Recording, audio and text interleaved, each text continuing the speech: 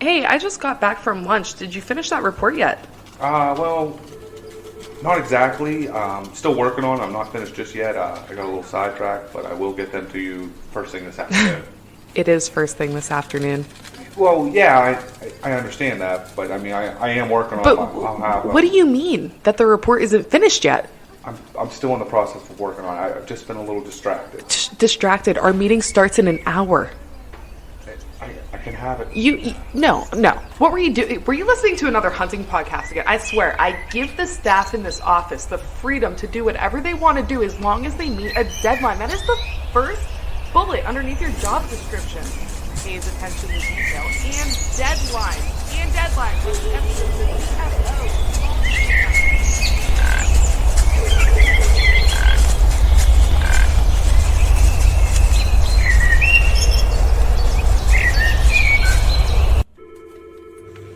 Dude, are you even listening to me right now? Welcome to episode 67 of the Whitetail Distraction Podcast. My name's Austin, and I'm all in tonight. I'm going to keep this one short, guys. This is a really exciting episode. Timber Ninja Outdoors. You guys have seen the title. They are the creators of the carbon fiber climbing sticks. These things are super light, super awesome. You know, I'm just going to let us get right into this and enjoy the episode, guys. All right, guys, welcome back. Boys and girls, we have a special guest for you tonight. We have Mr. Jason Redd with Timber Ninja Outdoors. This man has the baddest, lightest, nicest stick out there today. Carbon fiber. You know what? Let me not ruin it. Jason, what's going on, man? How you doing today? Oh, man, I'm doing very well. That was a great introduction. Wow. I've got a lot of buddies that they listen to this. They're going to get a really good kick out of that. So kudos to you for that. I'm doing like well. To let it float. Yeah, that's how we should be. Yeah. So you are out of North Carolina, I believe. Is that correct? Yeah. The mountains of Western North Carolina, Asheville. Nice. Asheville, North Carolina. Yeah. Nice. Some of the biggest mountains on the east coast of the Mississippi River.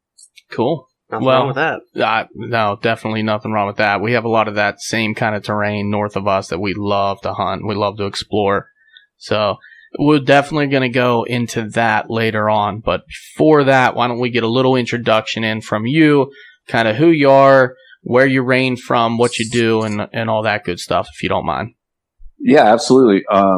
So I'm not from here. I'm from the complete opposite. I'm from the Mississippi Delta. I'm from Arkansas. Okay. And, yeah, that's where I was born and raised. And I moved out here in 2009. I grew up hunting the river bottoms and swamps of Arkansas. I was a duck guide out there for a while growing up and, always hunted public land. But got into doing a lot more adventures and consistently still hunting. But I've been a pro level cyclist, ultra runner, rock climber, just an overall adventure seeker. And, and where that's kind of where I base most of my hunting style is on adventure based hunting. I like traveling around, finding new places. Specifically, I like to focus on mountain terrain because it's just where I just love hunting in the mountains, and, Midwest, over to North Carolina, for whitetail. And I do some hunting out west. And like I was talking to you guys before we mic'd up, I'll be heading to Alaska on Wednesday. Today is, July 30th. So on the 5th, I'll be heading to Alaska for my first trip up there. But, yeah, man, just really enjoy chasing adventures and chasing critters and having a good time. And, some people in the whitetail hunting industry know of us now because, our company, Timber Ninja Outdoors, which is a, mobile hunting products company, focusing on innovative products. And our first product release, which people have seen, is our carbon fiber climbing sticks. So, yeah, that's about me. That is one way to make a blast into the industry. That's one hell of an entrance, my man. Yeah. Kind of, man. Yeah. It's kind of a blessing and a curse, There's people that are a little subjective to some, new material. Yeah. But, kind of like I've displayed a little bit in my background, I've used this material in what I do. And also I didn't note that I also own a safety company. So I represent manufacturers of safety products that we sell through wholesale distribution that go into the end users, people that actually use the product. So, I'm in a way kind of a well-rounded. Yeah. I'm a jack of all trades, a master of zero. I will go ahead and tell you that. Oh, that's great. Definitely heard you say that one before as well. That's good. I will use that moving forward because I believe there was a saying somewhere out there that went similar to that about, you should know a little bit about everything, but not everything about one thing, something like that. And I think that goes well with being well-rounded and in business and hunting and all, especially I think hunting, it's nice to be well-rounded. If you had one trick of the trade, say you only knew what you were doing on ag fields, and then, maybe you take a life-changing job or something and you're thrown in the hills of North Carolina, or say you come from Arkansas and you get thrown in the hills of North Carolina, you got to adapt, right? So being well-rounded definitely plays a factor there. Oh, I think it does. I think if people are put themselves out there a little bit to be exposed to more things and be humbled, it's what I always say. I do some other things that humble me on a regular basis because it's the only way we can grow is if we keep challenging ourselves. So like, if you're a hunter, if you're changing your terrain, you're learning and being put in different situations because, like let's break down whitetail hunting. As far as regional base, whitetails live from the desert. They pretty much live in every region of the United States to a degree. So like, if you're like a serious whitetail hunter and you put yourself in those environments, you always get humbled, but you also always, potentially learn something more and overcome that and become a better, more rounded person and hunter. You know what I mean? So yeah, I think it's a good key in life, is to consistently get humbled. That way you keep growing. If not, you get stagnant and sometimes the ego comes in there too, Absolutely. And you're pretty humble about your sticks. That was a great introduction there. And, Chucky's pretty good at bringing people in. But, speaking of your sticks, let's get into the sticks a little bit and we'll get into hunting a little bit later, Yeah. You have Timber Ninja Outdoors and you have this new revolutionary stick. It's made of carbon fiber. It's a double step. And like you said earlier, people are kind of hesitant because it's a new material. I think everybody's kind of used to that aluminum square tubing, lone wolf style, or maybe they just have permanent sets. Let's get into the carbon fiber stick a little bit. How did you kind of come up with that idea and what kind of material you wanted to use in that whole gamut? Well, I definitely came up hunting public land since I was essentially 7 years old. Mm-hmm. And like I mentioned to you guys earlier, I just turned 40 on the 26th of July. So I've been doing it for a little bit and seen a lot of progressions. And, I've said this numerous times, like, with the Lone Wolf product, that was like the essentially standard for the first barrier, I guess, for innovation. And, a lot of people have made some tweaks on that, but there's never been anything that really stepped outside that box. People were using the same materials and whatnot. And, if you're looking to go lighter, quieter, et cetera, you have to kind of change the game because, if you're using the same components, if you want to go lighter, for instance, you just have to make them smaller or you drill holes in them or you do different things. So I was just, playing with my system, as I developed as a backpack hunter. And that's primarily what I do. I do a lot of, still live in the mountains. I do a lot of backpack style hunting because most of the animals I kill are usually going to be, a couple miles out. So dragging them out is not an option. So you have to pack them out. Yeah. So, to do that, especially if you're back and you're solo, like, which I do prefer to hunt solo. It's kind of my thing. I like to get stuff out as quickly as possible and maybe in one setting and be able to move through the terrain that we live in. So having compact, lightweight stuff and it's quiet makes you a more stealthy person. And so, I've mentioned this a few times, like carbon fiber is not new to the hunting industry. Mm-hmm. Old Man released, carbon fiber climbing stands back in, I can't remember if it's the late 90s or early 2000s, somewhere around there, but if you Google it, you can find it. Oh man. And, so it was already in the industry at some point, but I just never understood why nobody really took that and ran with it. Yeah, it never really took off, I guess. Yeah. Yeah. And I had talked to, I believe his name is John. He's currently the president of TMA, I believe. Mm-hmm. But, his company was bought out. Old Man was bought out and they didn't continue with the carbon fiber product segment. But, and they were having their products done overseas in Europe, I believe. And he said, to me, when I talked to him, it was a pretty profitable product for them.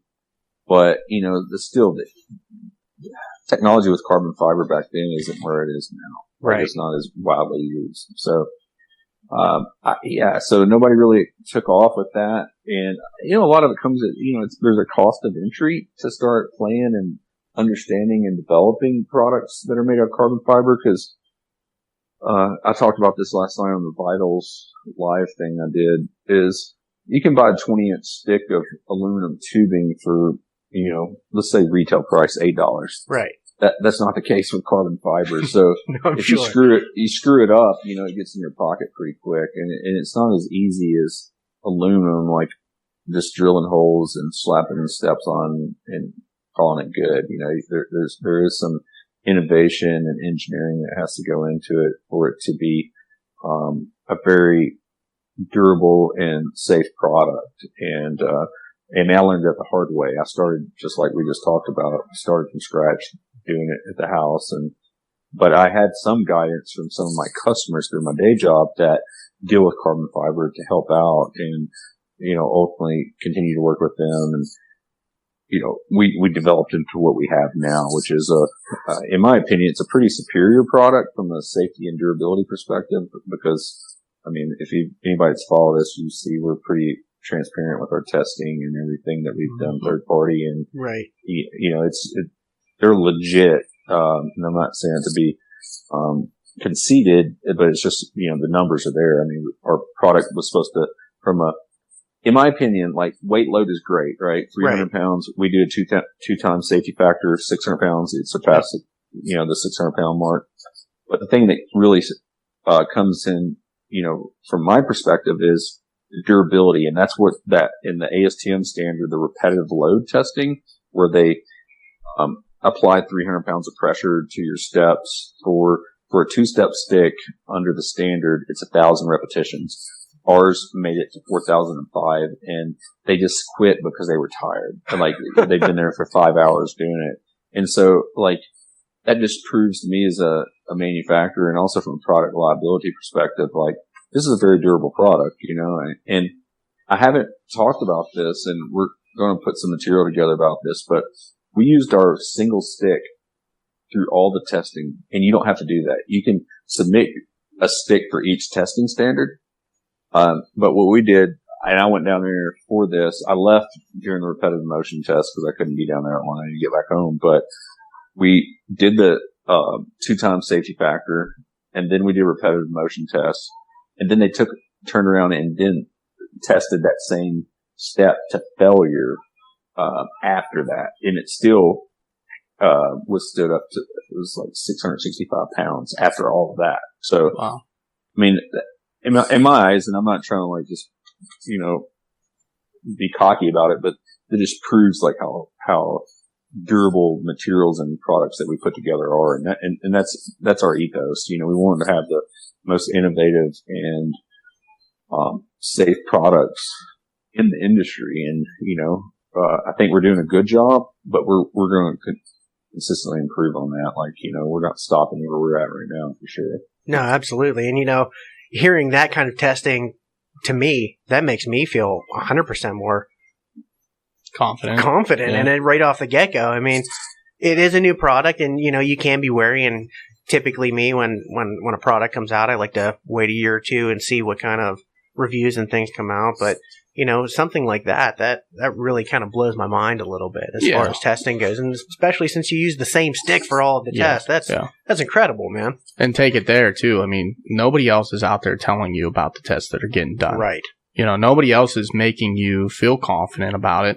And I get it. You're kind of the new kid on the block, and you have to earn your place. But at the same time, that's a pretty ballsy move, to go out there and get that third-party testing done and put those numbers out there for the public to see. And like you said, it's nothing about being cocky or, being self-centered.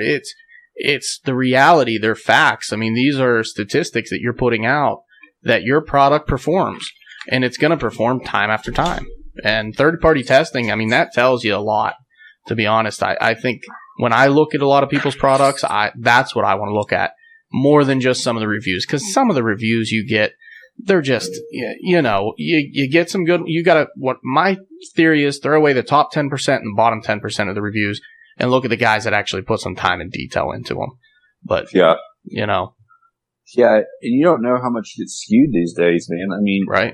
The problem with, and from my safety background, and there's a podcast about to get released next week, we talk about safety.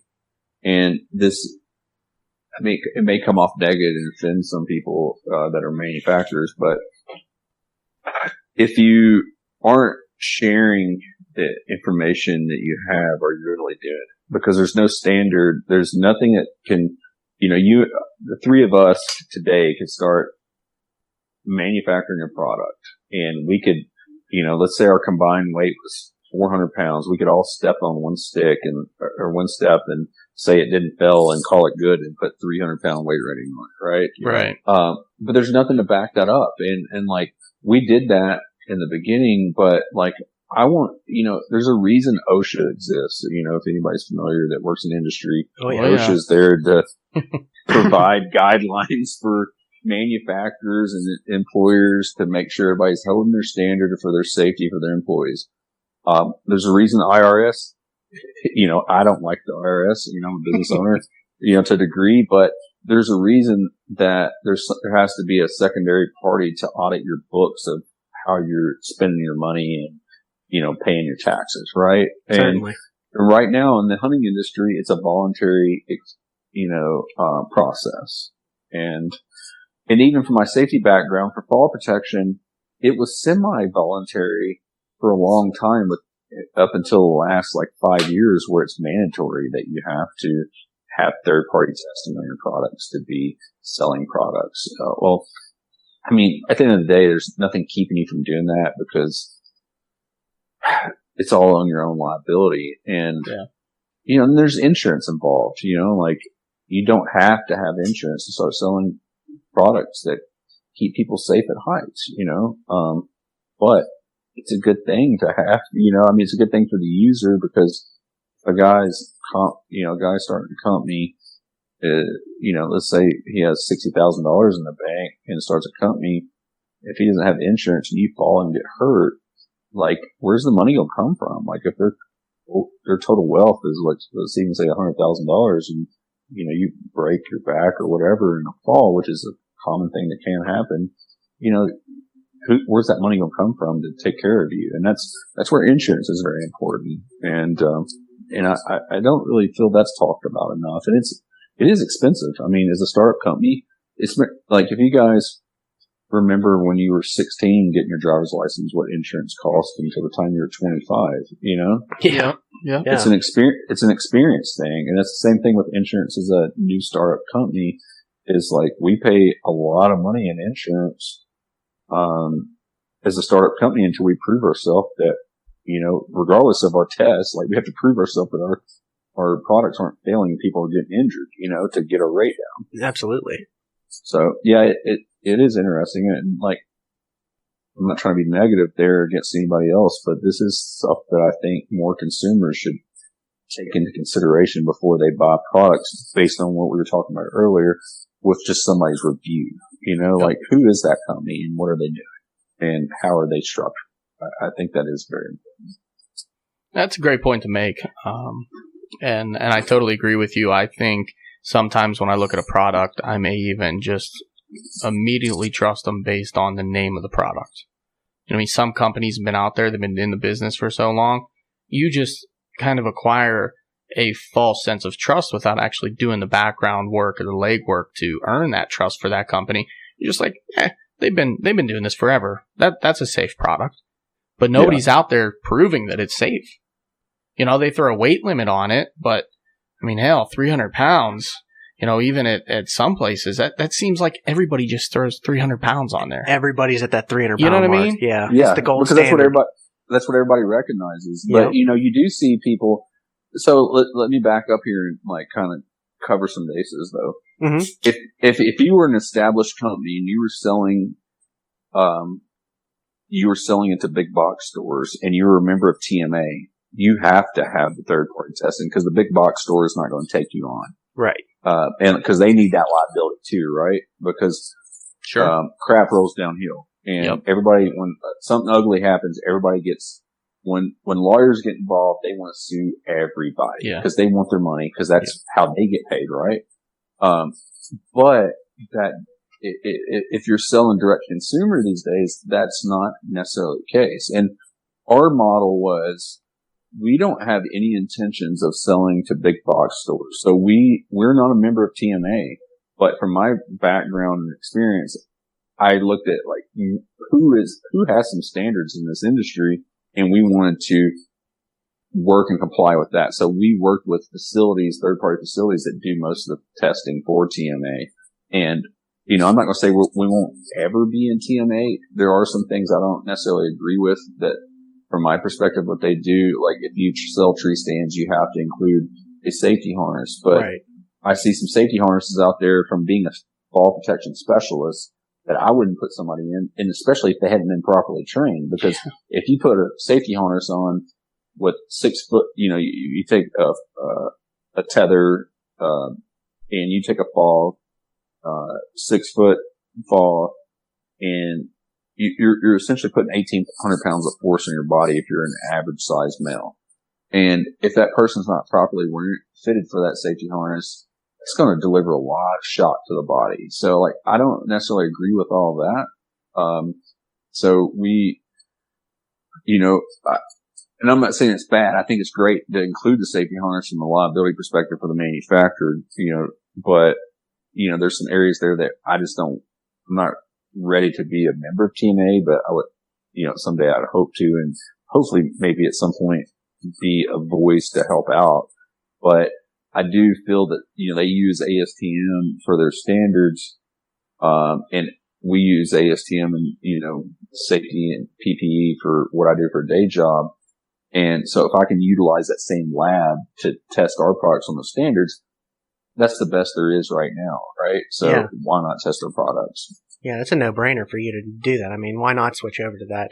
And I don't mean to back up here for a second, but I just kind of wanted to go, I don't want to get down a rabbit hole, but I'm going to do it anyway. Go ahead. Those freaking safety harnesses that they include with these tree stands. Oh my God.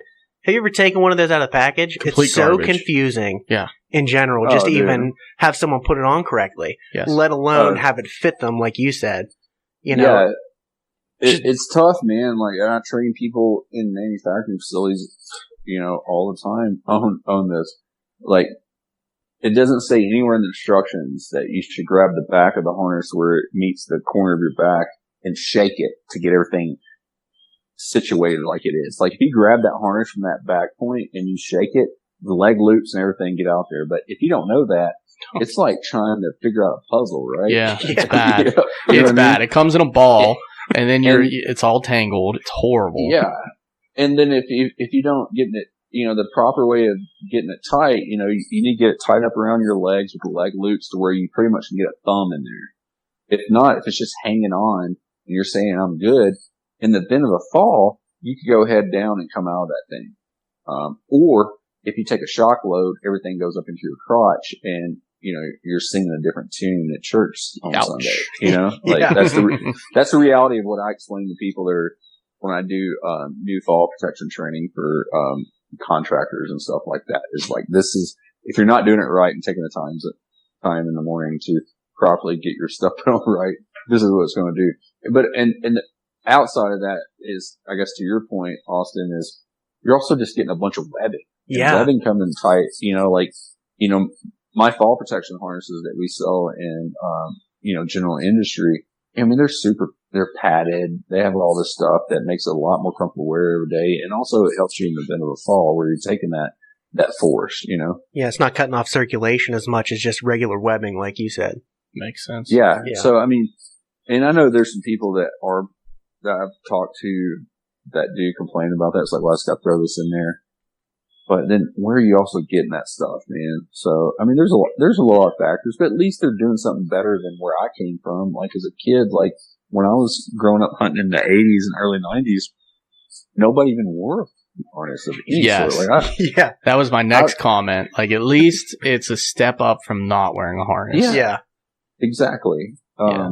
At least it's a step up. And, I've learned from fall protection and also from being a rock climber, like the variances of what I feel is more comfortable to me and what I feel is safe when it comes to hunting. And, I personally use I primarily hunt out of a lock-on stand, and I use a climbing harness with a dynamic tether for a couple reasons. I will put slack in the tether where I can turn around, Right. but if you're out there by yourself and you're attached between your shoulders and you have a fall, you got to think about self-rescue. And sorry if we're getting the safety perspective here, but You're okay, man. if you're just hanging there for hours, there's a thing called suspension trauma where the leg loops and all your weights on those leg loops starts cutting off the blood to your carotid arteries, and essentially you can die from that. Right. So it's a lot easy to self-rescue from a climbing harness, even though if you take a fall, you'll get spun around or whatever. But at least the tether's mounted in front of you, and you can somewhat jug up the tree, grab the tree a little bit better to cut the rope and shimmy down in a very, that's a very, extreme emergency rescue situation if you have to do that. But I don't want myself to fall with something attached behind my back unless they do make these, leg loops that can attach to like a harness that attaches behind the back that you can drop down to step in to relieve that pressure to keep you from having suspension trauma. But if you look it up in OSHA, that is a cause of death in some falls. Yeah, I know you don't have a whole ton of time either if you're hanging there just by the leg loops and you have that pressure on there. I know you don't have a whole ton of time to be able to do that before it cuts your circulation off and can kill you. It varies between people and stuff like that, but it is an issue. And even think about how you're going to get yourself out of there, Yeah. But ultimately, let's be cautious and not fall, right? Yeah. That's the idea. Yeah, I think that's one of the biggest reasons that I went to a saddle, the most intriguing thing, what's funny is when I went back from a saddle to a lock-on, I never felt as unsafe as I did, because I was perfectly comfortable before that, but once you hang in a saddle and you're always connected to the tree and you're just kind of leaning off, then you go back to where you're now standing on a platform where you're supporting your whole weight, rather than the saddle supporting your weight. It kind of spooked me a little bit. It was weird getting used to that going back and forth. I know some guys talk about it. They do it back and forth. And I personally, I don't know if I could. I don't know if I could do it anymore. I mean, I ended up selling my stand. I was like, I can't do that. I mean, I can sit in a ladder stand just fine. I've done that. But that lock on scared me. I don't know what it was. But after it was like, I can't do this anymore. Yeah, it's a lot of exposure, man. And I think from a safety perspective, I mean, if you're doing the right things, they're all just safe, right? Like, right. Sure. If you have all the safety protocols in there, even if you do take a fall and a lock on, you're going to be safe. But, the thing that gets confusing is like when people talk about testing a saddle. And in the fall protection world, we would call a saddle a restraint because you're not putting any rope into the system or, let's say tether. That's what more people are familiar with. Mm-hmm. You don't have enough slack in that system where you're actually taking a fall. If your platform, if you're tight under tension in a saddle and your platform was to fail, you're just going to swing into the tree. So you're not putting a shock load on anything. Right. So there's an argument of like, well, what's right testing for a saddle? Well, you can't test it to like a fall protection standard because you're not ever in a fall protection scenario. You're more in a restraint scenario. The same way, like if you're ridden in a man lift or anything, they have a restraint there that keeps you inside that thing. Right. Once you go outside that becomes a fall protection scenario. Yeah. So that, if we talked about this the other night when we were talking about safety, but if you go up a tree and you're using a lineman's belt and you get up to where you're using a saddle, or even a lock on, if you stay in that tether, that lineman's belt, and then you attach your tether and you connect in that, you're 100% in a safety perspective the whole time, right? Because you always have a system and you're transferring one system to the other. So you're good to go. But if you're concerned about slacking the system and taking a fall, a saddle is, necessarily, it is safer because there's no rope. You're not going to actually take a fall. So the products you're using are going to take less load. Mm-hmm. It makes total sense, man. And I'm glad Sorry that we nerd out on safety. But. No, it's a big deal for us. Like, we're totally into safety and like being safe. And I know I was on a trip we talked about a couple times where a buddy of mine actually fell out and was suspending from a harness when his climbing stand failed him. And it's scary. It's really scary thought. And I know guys that climb out there without a safety harness, and I give them all kinds of shit because it's insane. So safety's huge with us. So I appreciate the whole first part of this entire segment because people need to realize how important it is. Absolutely. I think you'd agree. Yeah. Yeah.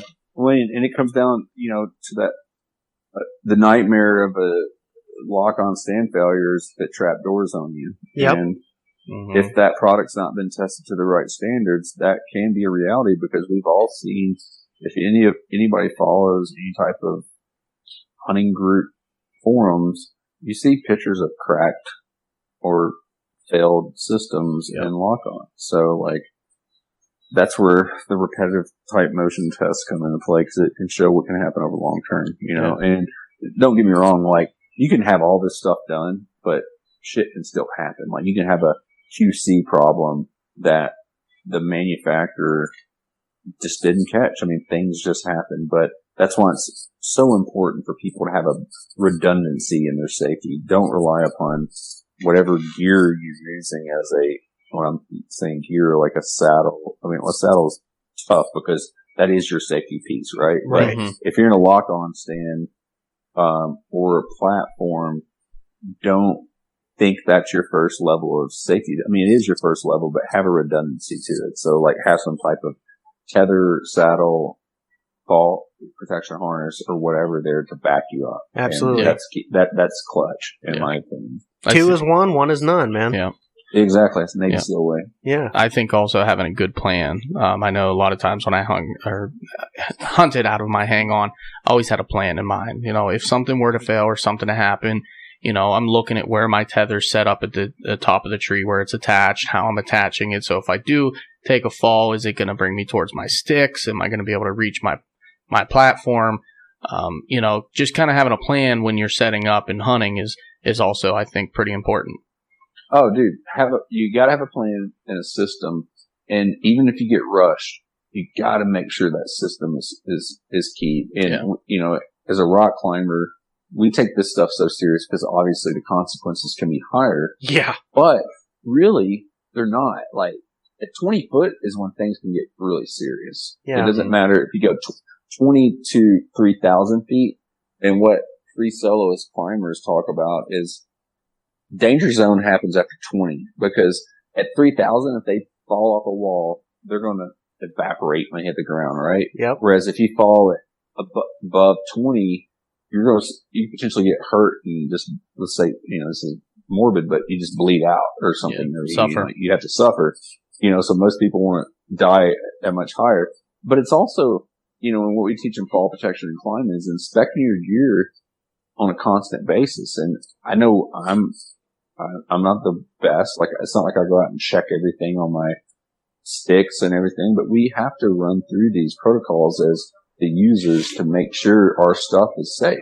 Like, I am about to release a video about proper inspection of not just sticks and stands, but also everything. Cause I see a lot of people ask in these groups about, see pictures like, is this rope safe? Just cause it's starting to fray.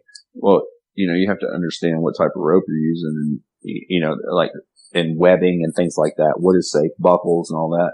So we are going to release a video just kind of covering some of that to help other people, even those products that we don't sell. But I think it's something that should be understandable, because just because your rope is frayed and you're using, let's say, most people are using Oplux right now. Mm-hmm. Yep. That's a common thing. It has a sheath on the outside that protects the core that is really your safety line. Right. So, the key, from a climbing perspective, when you see, we call it core shot. If you can see that core, that's when that rope or that section of rope needs to be retired. Just because it's frayed, that's fine. It's doing its job. But when you start seeing that core, it's time to take it out. So, I just brought that up real quick just because that's the one I see the most. Yeah.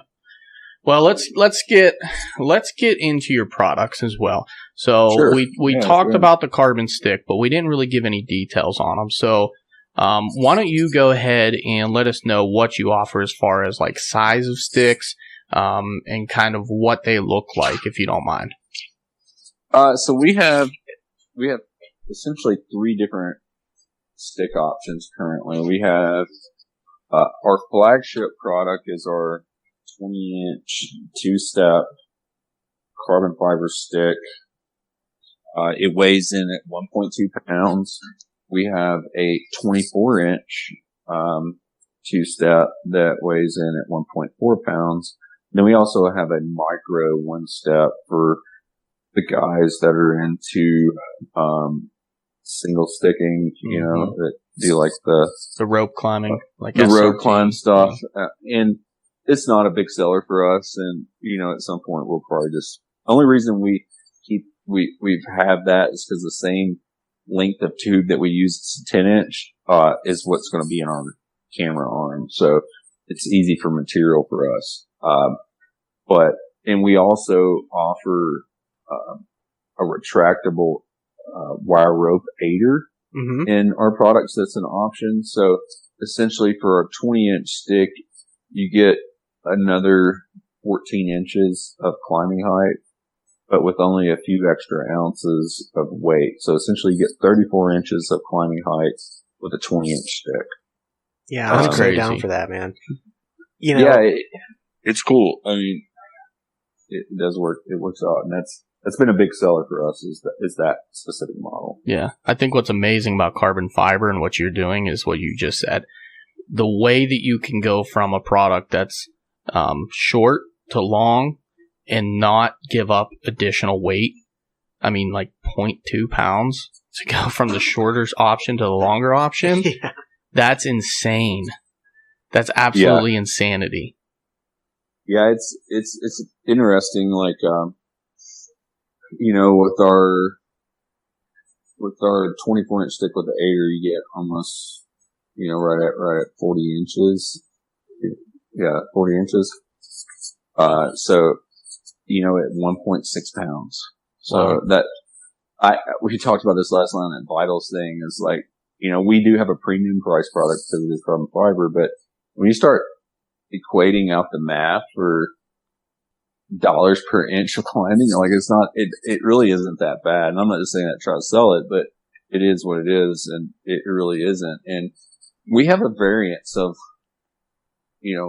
I don't hunt very high. So like, we designed the 20 inches based on like my style of hunting. That was my product that I never had intentions of selling.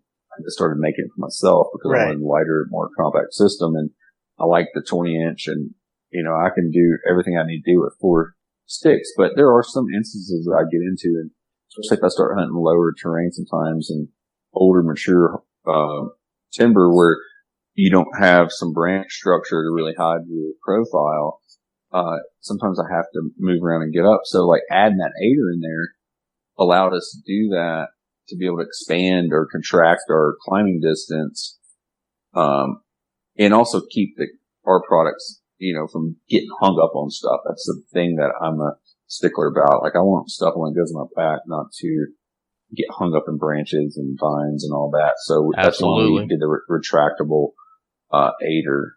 But another thing that about carbon fiber is it's quieter than aluminum. It's not like dead silent, don't get me wrong, but it is definitely not that if you hit the aluminum with your carabiner, you hear that distinctive ding that's very unnatural. It's a very dead tone if you hit it.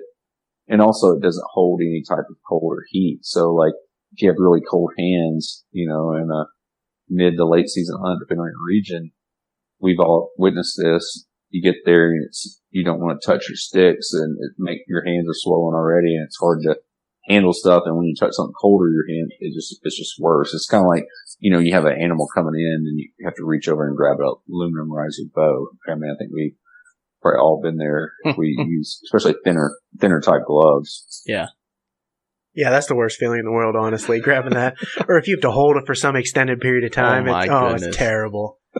It's terrible. But I really like the idea of the retractable aider. I use a couple of aiders myself, just single step, sort of similar to your stick. I just kind of throw them on my stick, and one has one that's permanently attached to it. But you know what? I really enjoy the retractable side of it because, going in and walking into the woods and stuff, I've had my stuff get hung up several times. And, it's just a pain in the butt. And then next thing you know, I'm trying to turn around and get untangled and everything like that. So actually having it up inside, I'm pretty sure it's up inside the stick, isn't it? Yeah. Yeah. It goes all the way up. We have a little loop that hangs out. It's about, I think it's about 3 inches. Yeah. But, how I use that is I place that loop going down in my pack. So it's covered anyway. So it's not a problem.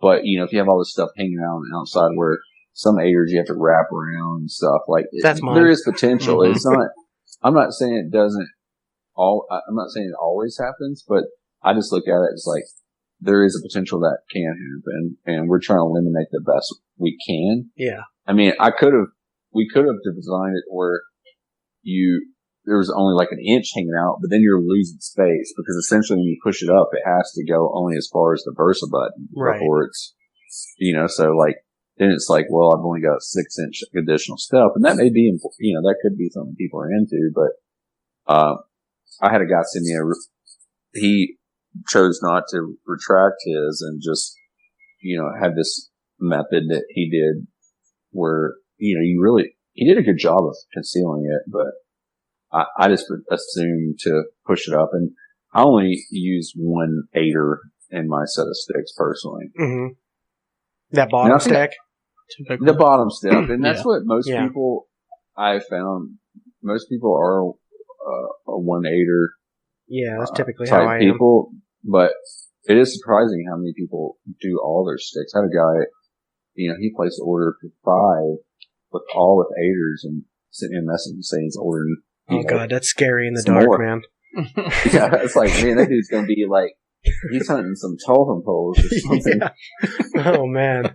Yeah, I know. I tried all aiders on all of my sticks previously, and the first time doing it in the dark, that it lost me. Now I carry one additional one in my pack, but I keep the one on my stick all the time, and that's just that first stick typically. If I really need to get up high, I do the second stick, but I don't want to be looking for that aider when I'm coming down. Well, so you bring up a great point, and if you see ours are not covered in black coating because that was a factor. I'm sure you guys know who Taylor Chamberlain is. Oh yeah. We're aware. So Taylor's had our stick since March, and he did a little DIY thing for your steps of putting like a reflective paint pen on the steps so you can see them coming down at night. Oh. And he and Adrian both were like, hey, the aider needs to be a little more visible. So when you hit it with your headlamp, you can see where it is. And that's the reason we have kept it,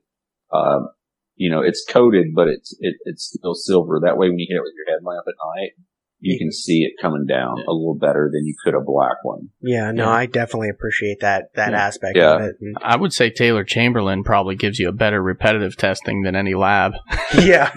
He hunts more than anybody. He's, and it's funny, like, if anybody wants to, he's a big old boy. Yeah, he is. Yeah, he is. Like, and he loves the sticks. I mean, he loves them. He's been a big fan of them. So, and he's a great dude, man. Like, he's as quality as you can come across. Absolutely. Yeah, we're gonna have to talk to him. We reached out to him. He's gonna be coming on the podcast. We'll have to ask him about the sticks and what he really thinks about them. Yeah. He's got a video coming out, like a full YouTube review of them. But cool. That's awesome. He's a busy dude, man. Like, I have a lot going on, but he definitely has a lot going on too. And he's a young kid. Yeah. Yeah. No, so that's awesome. What I love about the sticks personally is if you take any other stick out in the industry, you pretty much have to alter it. And you see a lot of guys now that they're always chasing ounces and they're altering sticks. They're drilling holes in them. They're putting silent tape on them because they're cold to the touch or they're loud or they're noisy. They are spending all this money on a stick and then they're putting more money in to alter it. Where, yeah, you might be at that premium price already, but you're done. There's nothing else to do. There's no aider to add. There's no silent tape needed because it's not cold to the touch. You don't have to drill holes in them because they're already light as hell. I mean, you've kind of figured it out for people. Most people are going to look at them and be upset with you because they just like to tinker. People just like to tinker too much. They get so involved in tinkering. It's like, for crying out loud, just go out and freaking hunt. Buy the sticks for what they are. That's the product you're getting. Use them for what they were made for and go hunt. That's my opinion. I don't know. No, man. Like, I've had some guys reach out to me that are like, hey, we love the sticks, but we want to stealth strip. And I'm like, why? Well, what are you trying to do? And they're like, well, we want to make them even quieter. I'm like, well, if that's what you want to do, if you want to spend the time, go ahead. But, like, they're quiet and from they are a gloss finished carbon fiber, right? Yeah. But deer aren't going to see that. And like, I don't know how most people set up their sticks, but I'm setting my sticks up on the shadow side anyway. So that's not a factor. And I had one guy, he was like, man, I want to paint them just because I'm concerned about the gloss. But he's like, they look so cool showing the carbon fiber. And I'm like, well, yeah, pick your passion.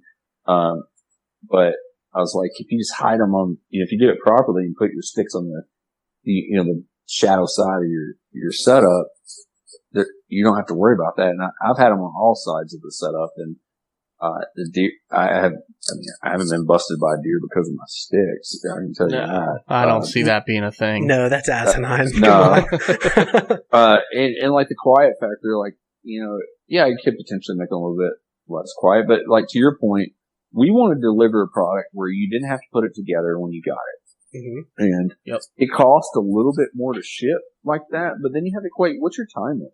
Like for me, when I look at some of this DIY stuff, like my time is a value. Like I have a few businesses, I have a family, have hobbies outside of hunting that I do, and like spending my weekend or 3 hours and then paying money to buy stealth strip or whatever and cook my sticks and put that on and make sure it's all right. Like I just much rather pay for somebody else to do that, so that's why we assemble our stuff and like we are, we have we can hook you up and add on attachment devices, whatever you wish. Like currently we just have 6mm rope for, cam buckle straps. Mm-hmm. And we also are about to add the Genesis 3D clips. Awesome. We just got a bunch of those in. Those are cool. I'm a big fan of Genesis 3D. Yeah. Those are cool. Man, he's such a good dude. Yeah. He's also a fan of the sticks and he's an engineer. So like he critiqued everything and put it on a granite table and like he's great, man. He makes good products. And, but we're adding it, and you can buy the stick clip from him or us at the same price. But if you buy it from us, with your sticks, we go ahead and put it on there for you. That's And awesome. that way you just get like if you've seen our marketing, a ready to hunt product. Yeah. Kind of what you guys were talking about. No, I'm such a fan of that. Now, one thing we've been kind of beating around the bush with, and we keep saying that it's a premium price point. What do these sticks run, and what are the different options and the add-ons? I mean, I'm excluding the micro because it's not really to the general public. Yeah, just go with regular sticks. Yeah. With a 20-inch, you start at $120. Okay. So now, how much is like an 8er for an add-on? $15. $15. Okay. And what's the 24 running? The 24 is I think it's 135. 135. Okay. I can dig that. Yeah. Starting on the 24 is 135, and like I said, it comes assembled and ready to go. You have all the testings. You have a ready to hunt product that's going to keep you safe. I mean, but it does feel, the thing that we have realized and with a few people is it is an unnatural feel, and even like Taylor, anybody else that's tried them, we spent a little more time and we talked about the product with them, and we should have probably done a better job with some consumers, but it is different feeling than what you feel with your traditional aluminum stick, because you may feel a little bit of flex, when you step up on the steps of our product, because I saw a video of that. It's doing its job, Right. And it was funny, like what Taylor said was, he's like, it feels like I have less foot fatigue climbing in these, and he's like, I never felt uncomfortable, but like after hunting in these, he's like, you don't feel that stress. Have you ever stood on like a really thin aluminum step and like you just feel that fatigue in your arch? Oh yeah, man. Like where you're trying to hang the lock on or something? Yeah. Like, I'm not going to say we completely like fix that, but you're not going to get near as much of that with our part. It's a wider step, and then it also has a little flex and bend to it. So yeah, I like it. Looks really stout though too. That's what I like about it. It's so light, but it doesn't look like this little tiny flimsy step, and it's not just. It looks like it's machined. It's just this big old step that you put both feet on and feel really comfortable, but. You're still at that 1.2, 1.4 pound range. Yeah. That's what, and that's a thing that we've received feedback from customers about was when they got them and took them out of the package, it didn't feel real. Yeah. Yeah. And it scares them. Like they just don't think it can,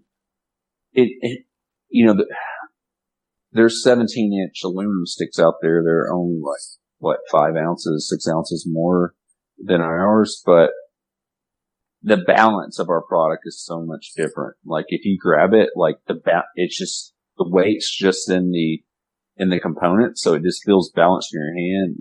It just, you have to like just feel it to believe it, like how it feels. And that's the biggest thing we get from people is like, man, this thing doesn't feel real and it doesn't feel safe. Like, one guy that bought them, he was talking about climbing up with them attached to his harness, not his harness, but his saddle. Mm-hmm.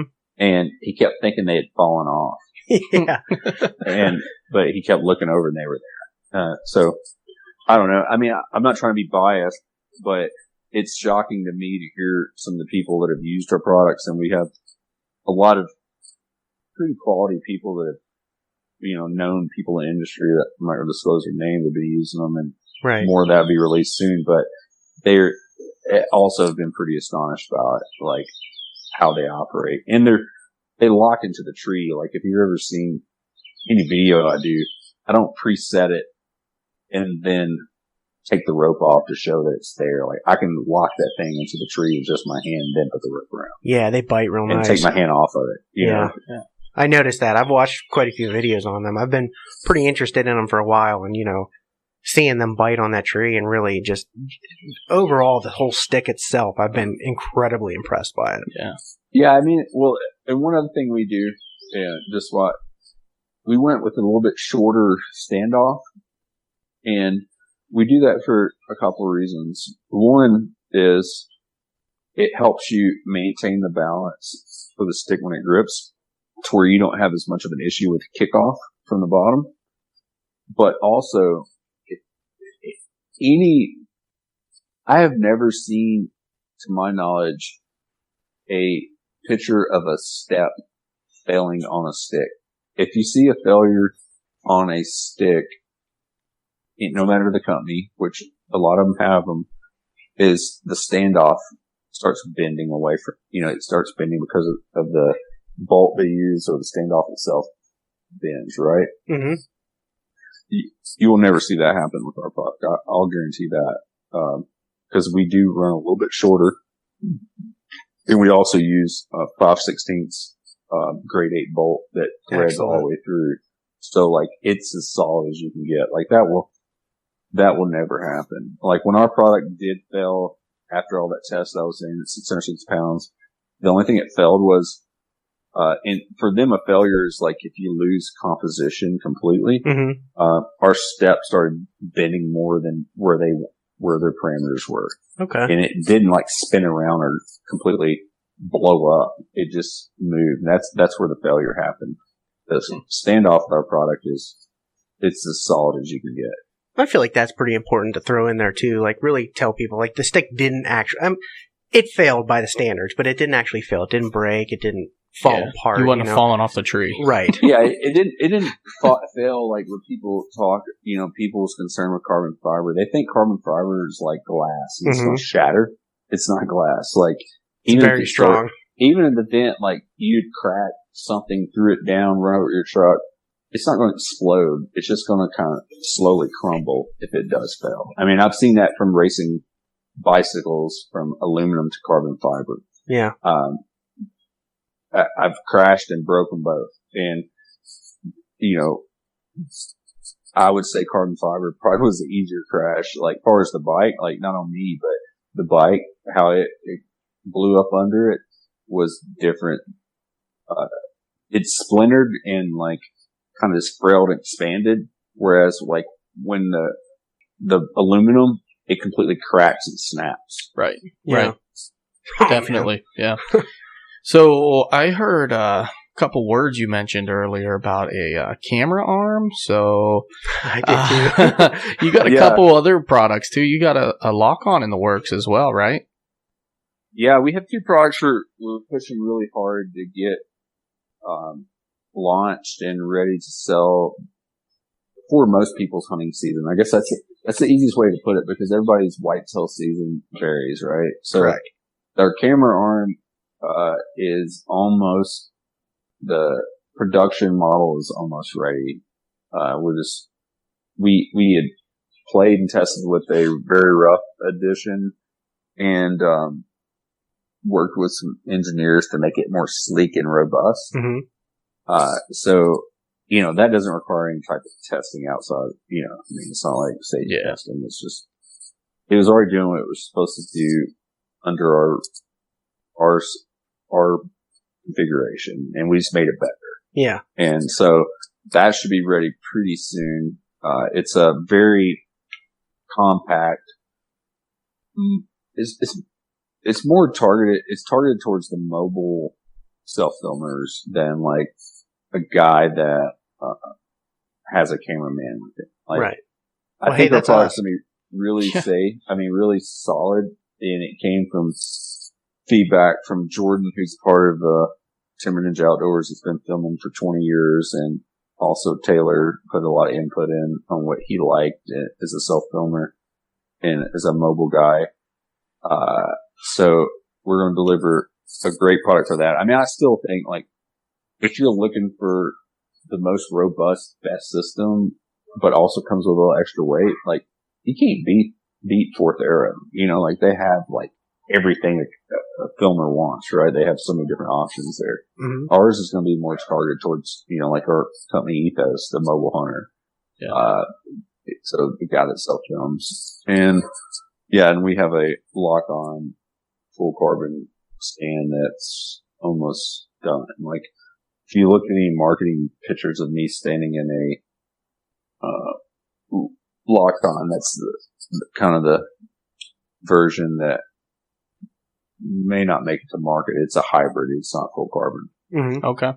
I mean, it may come in at some point as a price point. Yeah. But really, we we were going to release that, but the ultimate goal was the full carbon, and we've been able to make some connections and invest some money there to get that going. So I should have the production prototype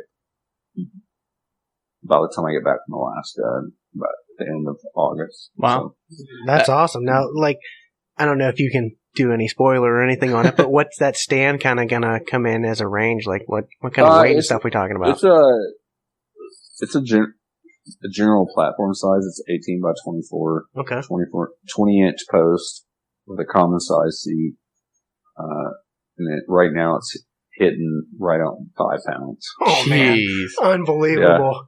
Man, I was just going to mention, like, you're talking about just a stick worth of carbon fiber. Now you're going to make it into an entire stand. Like, holy shit. Yeah. The only thing everything's put into this engineering model that can test the strength and everything. And we put all the components that are going to be on it. I mean, there may be a little bit of fudge factor that goes down. Yeah. I mean, we're pushing to go down, but there may be a little fluff that goes up, but it won't be much more than that. So our goal is that we could deliver a system right at 10 pounds with 4 sticks and a lock-on stand.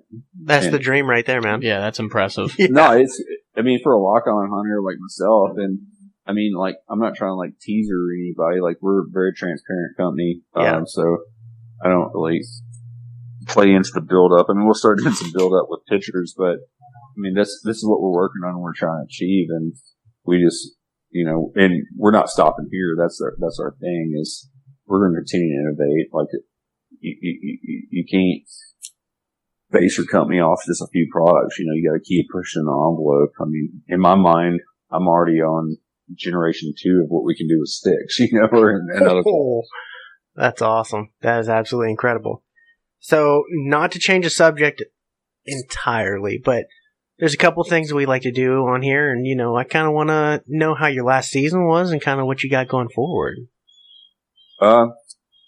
Man, last season was it was a great season for me in some areas. Like, I saw more bucks. I saw more mature bucks than I've seen probably in a couple of years. And I didn't talk much about hunting background, but I'm primarily 90% hunt all public land, and I travel around.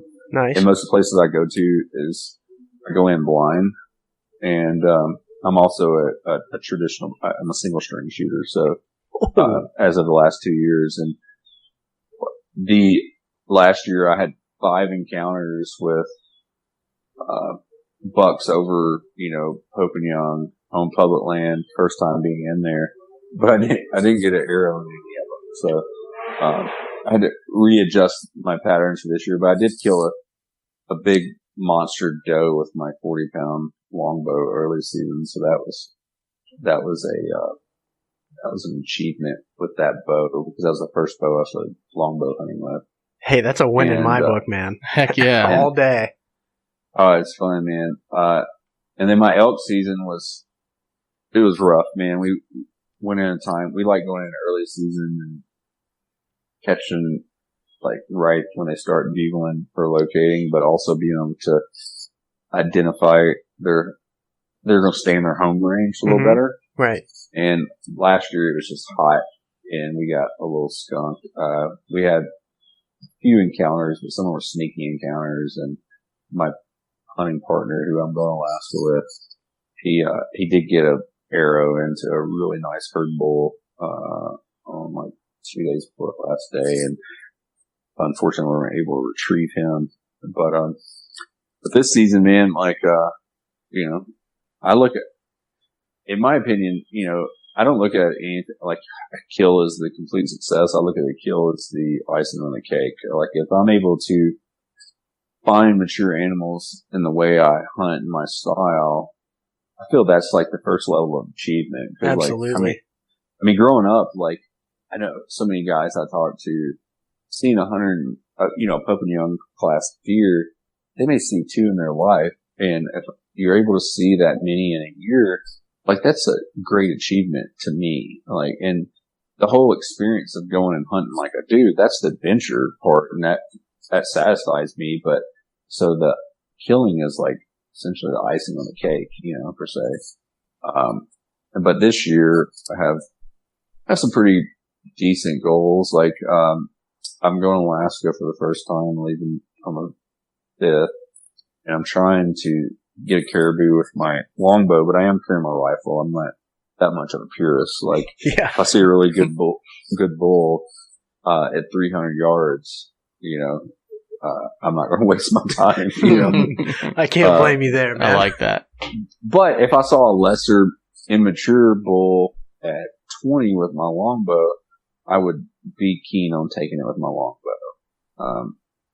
So we're going to do that. And then this will be the first year in 4 years that I haven't been able to hunt whitetails in September here in the mountains in North Carolina, because our season opens in September. So we do get opportunities at velvet bucks, and I killed a velvet buck 4 years ago. Last year I got to hunt in September. I killed my first velvet buck then, and I had 4 really good bucks here in the mountains that no live from last year that I'm got some cameras out looking for and hoping to find those in velvet in September. And then I'm hunting with my buddy Heath Jolly. I don't know if you guys know about Heath Jolly, Budget Buck Outdoors, but he has a pretty long standing public land hunting page, and we're doing a lot of hunting together this year and filming in Virginia and West Virginia. So I'm going to try to get some bucks down there, with bow, or I'm even going to muzzleload hunt this year, which I haven't done in a few years because the Virginia rut falls like, opening weekend muzzleloading season for them, like that first week in November. So just trying to do some cool stuff with that. No, that's awesome, man. Those are some good goals to really look forward to. I hope you just absolutely slam a giant in Alaska with your cool. longbow. That would be cool. That would be awesome. That would be really cool, man. But if it doesn't happen, I'm able to get on something with my rifle, I'm not going to cry about it. No, I'm I'm not. I'm not going to blame you either. And you know what? Just really enjoy the experience as it is. Yeah. Well, here's something that doesn't add up to me, Jason. So you're kind of a madman, because I think about this whole new heavy arrow craze that's going on right now, right? Everyone is all about, you got to build a heavy arrow. You got to have a high FOC, and I'm down with that. I understand it, but I kind of like to keep my arrow a little lighter, because we hunt a lot of big mountainous woods where you can see 100 to 200 yards straight through some big pine areas, right? Kind of the same areas you're hunting up there. So I like to take longer shots, because those shots typically present themselves up here. And you go and hunt that same area and go the opposite direction and switch to a trad bow like an absolute madman and limit yourself to short shots. And which, I don't know North Carolina that well, but from what you're telling me, like the same big woods as we face, it's hard to get them in close, because they can go anywhere they want. They can walk 50 yards over here. They can walk 50 yards over there. They can go wherever they want. So I'm impressed that your first true year last year, and with a trad bow, you got a giant nanny doe, which is hard to get them close and get them killed. Well, I mean, when I went to the traditional bow, the reason I went that route was simplicity. I do a fair amount of hunting out west and other places where I didn't.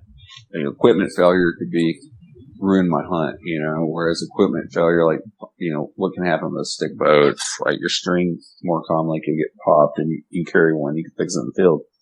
But also, like, I've killed, man, I don't know, 50 to 75 animals at least with a bow. And I started looking at what my average shot distance was, and it was under 20 yards. Okay. So like, I'm very accurate. Well, I shoot all the time. That's the thing with a trad bow, is like, I can still pick up a compound. Not saying I'm like some John Dudley or somebody, but I can put them in there at 50 yards, even if I pick up a compound right now, because I've been shooting my whole life. And I know my shot sequence, and I took that same shot sequence and put it into the traditional bow. But now my barrier is smaller, but I still do the same exercises I did with the compound. I still try to shoot longer range outside of my comfort zone to make me solid in this short zone. Because, with a whitetail, I wouldn't, those deer I was telling you about last year, they were all in 35 yards. And it's not like I saw one, bouncing over another ridge at 200 in the big woods. All Right. these deer that I talked about last year were in 35 yard range. But my comfort zone on a whitetail is 25 with my stick bow. Nice. But an elk or a larger game animal like that is not as, cagey.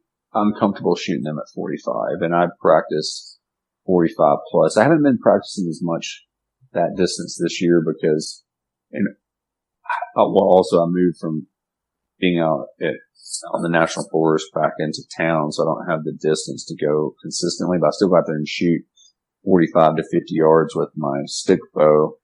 But right now I've been honing in on 25 because even with the caribou, that's kind of like, caribou is only a little bit larger in body size than a mule deer, which is, not that much bigger than a whitetail, immature whitetail. So I still feel that range is going to be good, but I'd shoot a caribou I'd be confident shooting a caribou at 35, 40 yards. But talking about the heavy arrow stuff, I've been shooting heavy arrows for a long time, but didn't start there. I mean, I grew up shooting, went through the transition when people used to shoot, 6-inch overdraws with aluminum arrows. Yeah. So broadheads were back well beyond your arm, your bow arm. I killed deer doing that, but I've killed and had a lot more successful blood trails when I went to shooting heavy arrows years ago. And I've always, even when I shot a compound, I shot, around 500, 525 out of a 70 pound bow. And I kept my front end weight. I don't care about FOC at all. I like to have at least 200 grains up front is my sweet spot. And with my compound, in that 5 to 525 range of my last compound I shot was a session bow. And they shoot pretty fast regardless. But I was dropping bombs 70 yards, and I was more accurate at that distance with the heavier arrow because, in my opinion, it's a little bit more forgiving. But if you're hunting out west, hunting mule deer or something like that, you do have to take into consideration some of the wind and stuff. And Sure. shooting a fixed blade and stuff, depending on the head you're shooting, can play a little bit of a drift. But I don't know. My opinion on any bow is or any arrow setup, sorry. 2 holes is better than 1, in my opinion. Heavier arrow is going to be a quieter bow, which I feel a quieter bow is a deadlier bow. And also a heavier arrow is more forgiving. Yeah, I definitely do like the heavy arrow. I'm working on that as well. It's just finding that sweet spot, I guess. Still Yes. a little ignorant to it as well, so. Well, I'll tell you, man, my hunting partner hunts out west with me. We killed a bull elk a few years ago he shot it with a 65 pound bow, 400 grain arrow with a Schwacker, and penetrated through the scapula on the bull. So shit happens, I wouldn't have thought that would happen, but I personally witnessed it, but I've also seen the complete opposite of that, Sure. with the same setup, but, things happen, man. And I'd have to argue, I think a whitetail's tougher than elk, even though it's a smaller animal. Whitetail's a very tough animal. They are very tough. They're wiry. They want to live. But I will say I killed a black bear last year. I shot compound. I was shooting a Black Eagle Spartan arrow with a 100 grain slick trick with a brass insert with 75 50 or 75 grains of screw-in and brass on the backside of that. And I blew through both shoulders on that bear and broke both of them and came out the other side, which is, a bear, if you're looking at a bear's shoulders and stuff, they're built like stovepipes. They're solid. And they say you can't do it. I blew through both of those and broke the bear down, and, it died, not far after that, but completely broke it down in the front end when I shot it. And people talk trash about, and I am a proponent for solid fixed blade, but people talk trash about these manufactured razor blade styles, like a slick trick or something. But when that thing came out, it only had nicks on the blade. There was no blade fill at all. Like, it blew right through that bear. That's impressive, man. That's really impressive. So, one thing we like to do, we're getting a little bit closer on time here. Yeah, you're good. But one thing we really like to hear from our guests is their favorite hunting story. Whether it's maybe your first deer, maybe it's your first deer with a bow, maybe it's your biggest buck. What's your favorite hunting story that you have? Can you do that? I'm putting you on the spot a little bit. You got to pick. It's gonna. Yeah, it's really tough. Yeah, we like the details too, man. It could be your bear. You never know. Yeah. Man, I would have to say, like, always my favorite's gonna be my first. Okay, I'm down for that. It's really funny, like, so where I grew up, and the age I grew up, maybe like my grandfather who started taking me hunting, he was just kind of a hard-nosed guy. So I was 7 years old, and we were in a lease at that point. Like, it was 1 year we were in a lease, and it was like crappy, like, timber type lease. It was like $100 a member. Nice. And, it was very cheap. A lot of deer, but there was, my grandfather, I think, killed the biggest deer there, and it was like a 14-inch inside spread eight. But, I was 7 years old. I had a Marlin 30-30, and I was so pumped. Like, I had only been hunting with him growing up, in the stand with him, just sitting there shadowing. And this is the first year I got to hunt by myself. I mean, get to hunt with my own gun, but also he put me out there by myself. Yeah. At 7. And I remember that morning we get to the tree, and back then, like a lot of people, especially rifle hunters, we hunted out of box stands, and it was, 2x4s nailed to the tree, going up to like a wooden box stand built in a Y type scenario. I don't know if you ever experienced that. Oh yeah. We're all over. That is everywhere up here. Yeah, but they also were built for men. So I was 7 years old, and I remember, like, I had my gun on a rope, and my grandfather was sitting down at the bottom with a 4-wheeler, and he was shining a light. I didn't have my own flashlight. And he was shining the light up there so I could see going up this tree. And I was literally having to do a pull up to get my feet up. And I was going. And I remember the last step to the stand was so, like, I had to pretty much get my arms up there and reach for whatever I could and start scrambling my body up into this box stand. Oh, man. And I'd never been in this stand before. It's the first time I ever climbed into it. But, it's just kind of how we were raised at that age. Like, you just do it. And that's how my grandfather was brought up. And I remember, getting up there, and there's a bucket in the stand, and you sit on the bucket. My grandfather was like, "Hey, stay here until I come get you. Or, if I hear you shoot, I'll come get you. Come back here." Well, this is a precursor. My grandfather was deaf in one ear and had a hearing aid in the other from like a bar fight. And so I remember daylight happening, and I'm sitting in this stand, and I'm just chilling out, and it was cold as crap. And back in that time, the hunting clothes, especially for kids, was not near what it was now. Like, I was in rubber boots and cotton, double layer cotton socks, like everything that we talk about, you don't do these days. And wearing like some walls, insulated coveralls with cotton lawn johns, and I was just freezing cold the whole morning. And I was sitting in this bucket, and I remember looking down, and there's naked women magazines in the floor, and at that age, I didn't even know what that was, but I was like, wow, this is something you're supposed to see. And, I'm sitting there, and the only thing I had, he didn't carry any water. He gave me a Snickers bar, and I've been sitting there for a little while. And the one thing he had told me, he's like, if you see a deer, shoot it. And he's like, shoot it until it doesn't move. And we were hunting over a corn feeders there, and it was like, like timber cut property. And, I was sitting there, and, time went by. It was probably like, this time it was like maybe 8:00. And I was getting hungry and probably just bored, Oh, and yeah. so I get that Snickers bar out, and I start trying to chew on it, and it's frozen solid. And I'm just sitting there holding it, and you know how it is with a frozen Snickers bar. Slobber starts coming out. Coming off.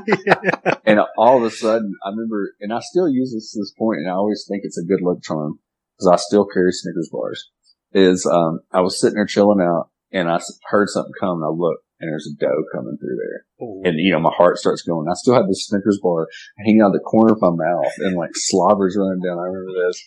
And like she's coming in, and I grab my 30-30. I had a 30-30 Marlin with a scope, and I pull it up, and she gets there, and I'm pretty confident I never let that Snickers bar leave my mouth, because I couldn't like chew all the way through because it was frozen.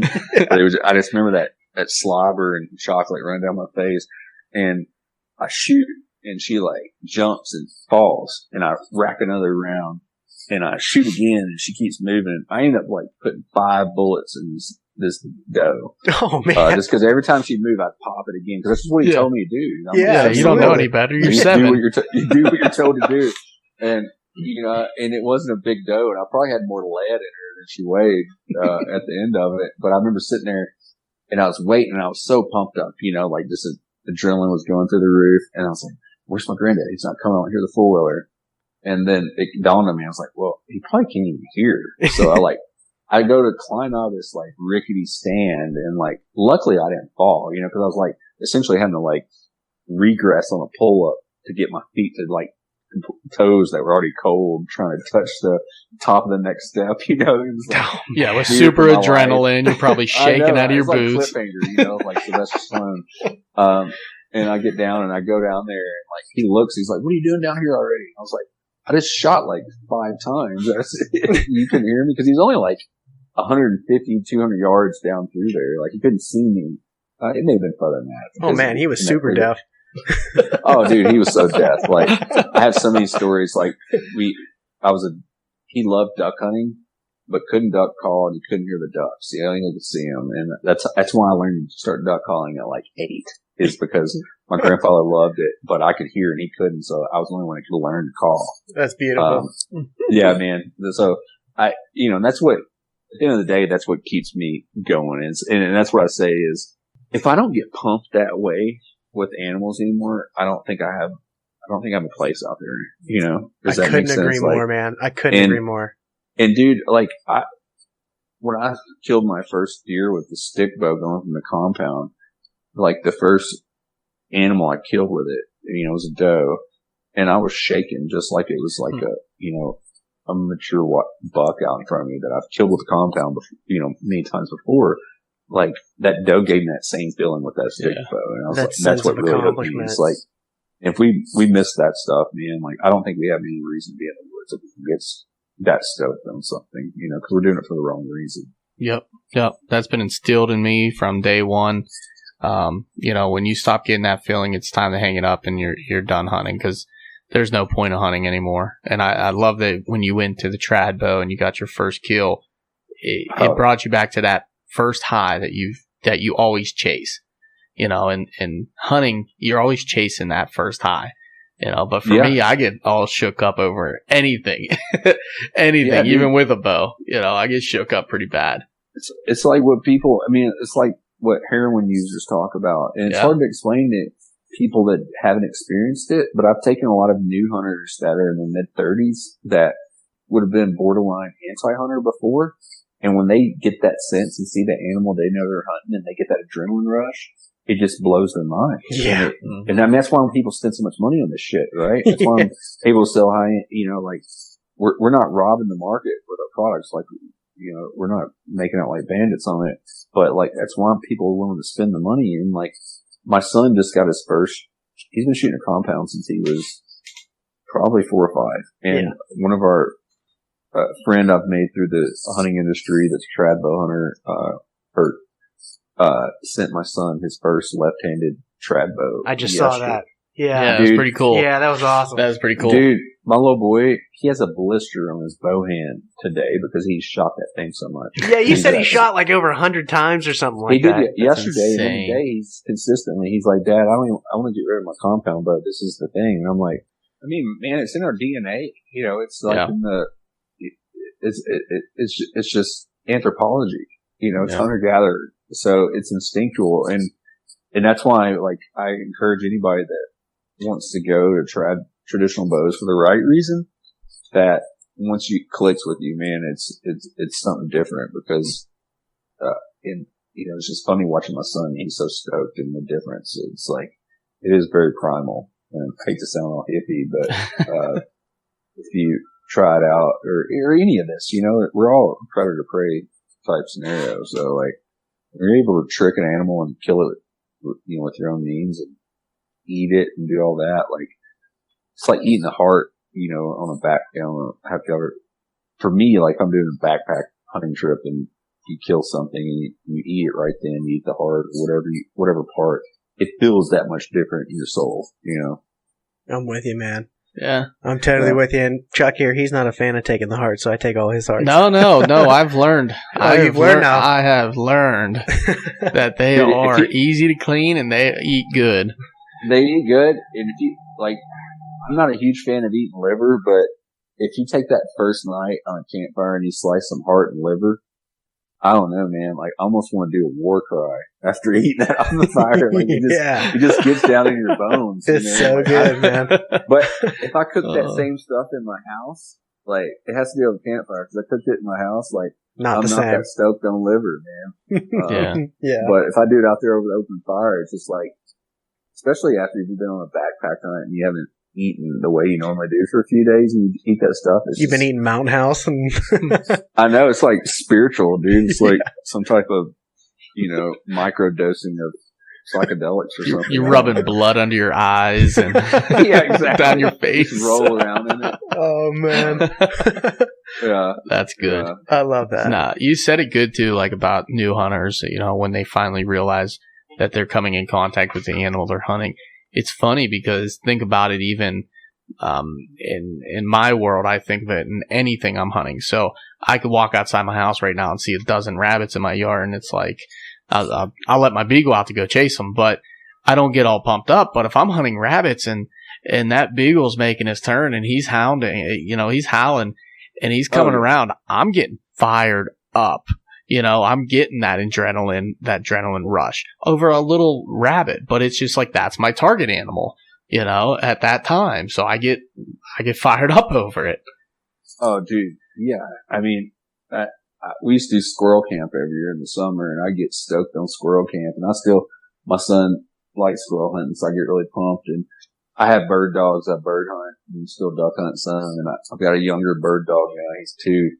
And dude, just the level of stoke he gets over any bird, you know, it just shows you how primal it is. Like he lets out this kill bark. You know, he's a Dutch Drahthaar, which is, they kill, point, they do all these things. And just when he sees something, he lets out this weird little yip bark. It's like the prey bark is what they call it. And like, it just shows how stoked he is. And we all get that, you know, like that's what keeps us like year round looking at. I mean, I'm sure you guys remember when before we had all this social media and other outlets to see hunting throughout the year, after hunting season was over, you know, you just think about it every single day until it happened again. Why do you think we started podcasting, man? Yeah, I know. You just couldn't sleep the nights before Fill the void. You know, opener. And it's just, I still get that pump, man. And I'm 40 and I don't want it to go away. I'm so right there with you, man. Yeah. Well, let's wrap this thing up, man. I really appreciate you coming on, and this was a fantastic episode. I had so much fun. Why don't you let everyone out there know where they can find you? So you can find us on social media platforms at Timber Ninja Outdoors. We are on Facebook, Instagram, YouTube. Our YouTube, you know, isn't just about our products. We do some product reviews, backpack dumps, about to release one on, getting ready for a, multi-day backpack hunt. I'm going to do my, Alaska trip pack dump, and also Jordan, who's a part of the Timber Ninja team and partner. He's going to do a dump on his, elk hunt. So, we're just trying to do more education. We also have our little public land cribs, series we're doing that's breaking down different people's, rigs that travel and hunt, how they sleep, on public land. So Very cool. we've had a few series, like one's my rut wagon. I have a converted Sprinter, and we have Stephen Drake. I don't know if y'all follow him, but he has his, and we're about to release one on our buddy, Heath Jolly, his rig. And, I think we're going to be getting Sam Soholt doing a review of his rig. The public land bus, nice. Well, his new van. Oh, the van. Yeah, I did see the van. Yeah. Yeah. He's going to be using our sticks. So we're going to get a video off him hopefully in the near future. And then, our website's, timberninjaoutdoors.com. That's where all the goods are, which we're loading more stuff, man. And we have more stuff outside of the hunting products that we're going to be releasing that, relate more for mobile hunting setups, getting in the field and out of the field, just different accessories and stuff that we want to, add on there too, to be kind of help people bundle the orders together and get combined shipping and things like that. That is absolutely awesome, man. Yeah, man. And we're big on conservation. So, one thing we didn't talk about is, percentage of all of our proceeds, will be going back to conservation, which we have a pretty big announcement about to roll out about a joint partnership on some conservation that we're really stoked about. So I think other people should be too.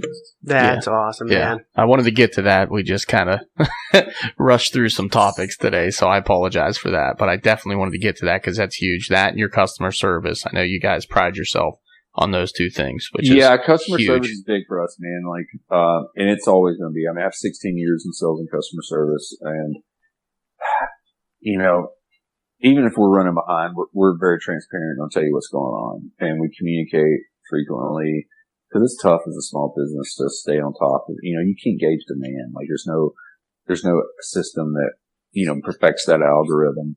But we want to be very communicative and forthcoming, and conservation is big with us, and also hunter recruitment's really solid in our minds because, that's what we keep losing, every year is more hunters. I mean, I have a buddy that's a whitetail biologist for Ohio, and even though it looks like the lands are swarmed, like overall hunters license sales are down drastically in some of these states. So hunter recruitment, it has to be a big portion of what we're doing. And you're probably going to hear more about this from other organizations too, but we love kids and we definitely want to educate the kids, but we also have to start educating the 30 somethings. I mean, that's where I see most of the people that come to me who want to be mentored or in their mid 30s more than like kids, to be honest. And I think that's a good crowd to connect with. And, and they may not be the common people that you're used to seeing in the woods. So you have to be open-minded to that and understand that we're all hunters, and we all have a common goal. No, I'm right there with you, man. I'm right there with you. And that's kind of sort of similar to what we see too. Like we get some guys out in the outdoors and they're kind of our age, and we try and get kids and stuff involved too, but I feel like the majority of what we do is guys our age and those adult onset hunters. That's huge. It's a big part of bringing in, introducing people, getting people on our side. I know Taylor was telling me he does some mentorship programs, I think through QDMA or something up in his area, and he's like, dude, there's multiple guys that pull up these workshops that are stoked and they're driving Priuses. But hey, it is what it is, heck, the hunting public, those boys, great dudes, and strap deer on top of, sedans all the time, so don't let Smurf. You don't have to have a jacked up F-250 to be a hunter.